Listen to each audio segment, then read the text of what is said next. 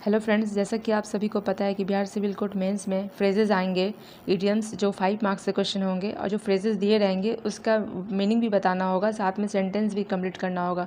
इस वाले वीडियो को मैं जितना फ्रेजेस हो पाया है मैं इस वीडियो में कंप्लीट की हूँ। अगर आप लोग को और भी वीडियो चाहिए फ्रेजेस के जो जितने भी इंपॉर्टेंट बचे हुए होंगे मैं नेक्स्ट वीडियो में सारे कंप्लीट कर दूँगी, ताकि आप लोग जब रिविज़न करने का मन हो तो स्पीड बढ़ाकर आप लोग वीडियो को रिविज़न कर सकें और एक तरह से याद भी हो जाएगा और रिविज़न भी हो जाएगा। तो चलिए वीडियो को स्टार्ट करते बिना टाइम वेस्ट किए हुए। तो पहला आप लोग देख रहे होंगे once in a blue moon. इसका मतलब होता है, ये फ्रेज़ का मतलब होता है कि जो चीज़ बहुत रेयर हो, तो वहाँ पे मीनिंग इस तरह से लिखना होगा, something that happens very rarely. तो उसको सेंटेंस में कंप्लीट करना होगा, जैसे कोई रेयर इस तरह का एग्जाम्पल सेट करना होगा ताकि वो फ्रेजेस भी यूज़ आ जाए। जैसे मैंने एग्जाम्पल लिखा है यहाँ पे, I visit my hometowns once in a blue moon due to my busy schedule. ठीक है, इस तरह से मैं अपने घर होम टाउन तभी जा पाता हूँ ताकि मेरे बिजी शेड्यूल के कारण, रेयर ही हो पाता है ऐसा, इस तरह से। तो नेक्स्ट फ्रेज है यहाँ पे, ए ब्लेसिंग इन डिसगाइज। मतलब कहने का है कि स्टार्टिंग में कोई चीज़ बहुत बोरिंग दिख रहा है लेकिन बाद में वो धीरे धीरे इंटरेस्टिंग हो जाता है। जैसा सोचे होते हैं वो होता नहीं एक्चुअल में, वो कुछ और ही होता है, अपोजिट हो जाता है उसका। तो something that happen that seems bad initially. Starting में कोई चीज़ बहुत बुरा दिखता है लेकिन जब वो लास्ट होने लगता है तो वो अच्छा हो जाता है। इसका मीनिंग हुआ। और सेंटेंस में अगर हम यूज़ करें तो ऐसे, losing my job was a blessing in disguise as it gave me the opportunity to start my own business. मतलब अगर आप जॉब छोड़ रहे हैं तो मेरे लिए एक वरदान की तरह हुआ था। जैसे स्टार्टिंग में मुझे लगा था कि ख़राब होगा लेकिन आगे जाके मुझे एक मौका मिला नया बिजनेस स्टार्ट करने का खुद का। इस तरह से कोई भी सेंटेंस आप लोग खुद से बनाकर सेंटेंस अपने पे रिलेट करके सेंटेंस वहाँ बना सकते हैं। ये उसमें फुल मार्क्स मिलते हैं। सेंटेंस सही होना चाहिए, सेंटेंस का मतलब सही होना चाहिए। और नेक्स्ट फ्रेज़ है कम इन हाई। इसका मतलब ये होता है कि हम लोग कुछ ज़्यादा ही बहुत ज़्यादा उम्मीद कर लेना, ठीक है। To arrive with high expectation. और इसका सेंटेंस में अगर हम यूज़ करेंगे तो कैसे होगा, the new player come in high promising to change the dynamics of the team.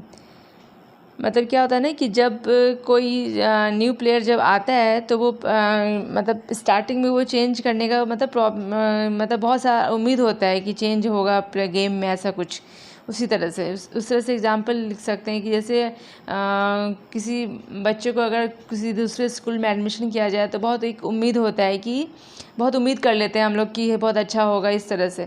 तो उस तरह से हम लोग यूज़ कर सकते, डेली यूज़ में भी हम लोग यूज़ कर सकते हैं। डेली जो लाइफ में जो रूटीन हो रहा है हम उसको भी हम लोग सेंटेंस में यूज़ कर सकते हैं। नेक्स्ट है एट ए स्ट्रेच। मतलब कंटिन्यूसली, कोई भी ब्रेक बिना लिए एट ए स्ट्रेच कि कोई भी काम करना, या फिर बिना कंटिन्यूसली विदाउट एनी ब्रेक, इसका मतलब हुआ।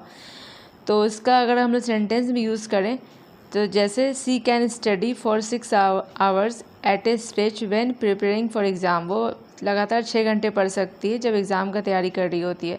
तो इस तरह से कुछ भी यूज़ कर सकते हैं। जैसे she can work for 10 hours at a stretch when he preparing for civil services exam, या फिर doing his job in her office, इस तरह से। नेक्स्ट सेंटेंस है ऑन ए कॉन्ट्रेरी। मतलब इसका क्या होता है, इस फ्रेज़ का मतलब होता है कि बिल्कुल नहीं, इसके विपरीत, ठीक है। जैसा कहा जा रहा है, जैसा उम्मीद किया जा रहा है उसके बिल्कुल अपोजिट हुआ वो। जैसे इसको सेंटेंस में यूज़ करेंगे, जैसे कोई मूवी हम लोग को स्टार्टिंग में बहुत बोर लगता है लेकिन वो धीरे धीरे इंटरवल के बाद बहुत इंटरेस्टिंग हो जाता है। तो उसी तरह से यूज़ कर सकते हैं, many thought that the movie would be boring, on the contrary movie was interesting, ठीक है।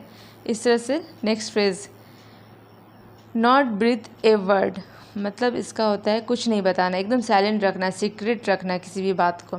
तो इसको सेंटेंस में यूज़ करते हैं, जैसे you must promise not to breathe a word what I am about to tell you. मतलब तुम्हें प्रॉमिस करना होगा कि मैं तुम्हें जो बताने जा रहा हूँ वो किसी को नहीं बताना है, वो सीक्रेट रखना है, तुम्हें किसी को नहीं कहने वाले हो तुम। नेक्स्ट फ्रेज की तरफ बढ़ते हैं, to give up the ghost. मतलब बंद पड़ना, काम करना बंद कर देना, मतलब वो बेकार हो गया वो चीज़, स्टॉप वर्क करना बंद कर दिया। टू, इसका मतलब हम लोग लिख सकते हैं एग्ज़ाम में, टू स्टॉप वर्किंग। तो सेंटेंस में अगर यूज़ करेंगे तो क्या करना है, our old TV had finally given up the ghost. तो इसको सेंटेंस में यूज़ कर सकते हैं कि हम लोग का जो पुराना टीवी है वो फाइनली अब बंद हो गया है, काम करना बंद कर दिया। इस तरह से कोई भी चीज़, कोई भी सेंटेंस आप लोग खुद से बना सकते हैं इसमें। नेक्स्ट फ्रेज है to pull a fast on someone, मतलब धोखा देना, ठीक है, to cheat someone.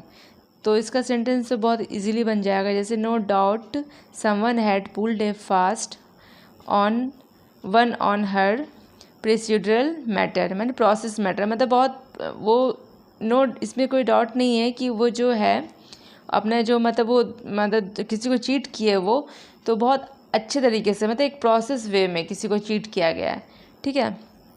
Next question है, नेक्स्ट फ्रेज है टू किक द बकेट, मतलब मर जाना, टू डाई। इसका सेंटेंस में हम लोग यूज़ करेंगे every one of us will kick the bucket somebody, ठीक है, हम लोग को एक दिन, सबको एक दिन मर जाना है। नेक्स्ट फ्रेज है wee hours of the day, मतलब ब्रह्म मुहूर्त, ठीक है।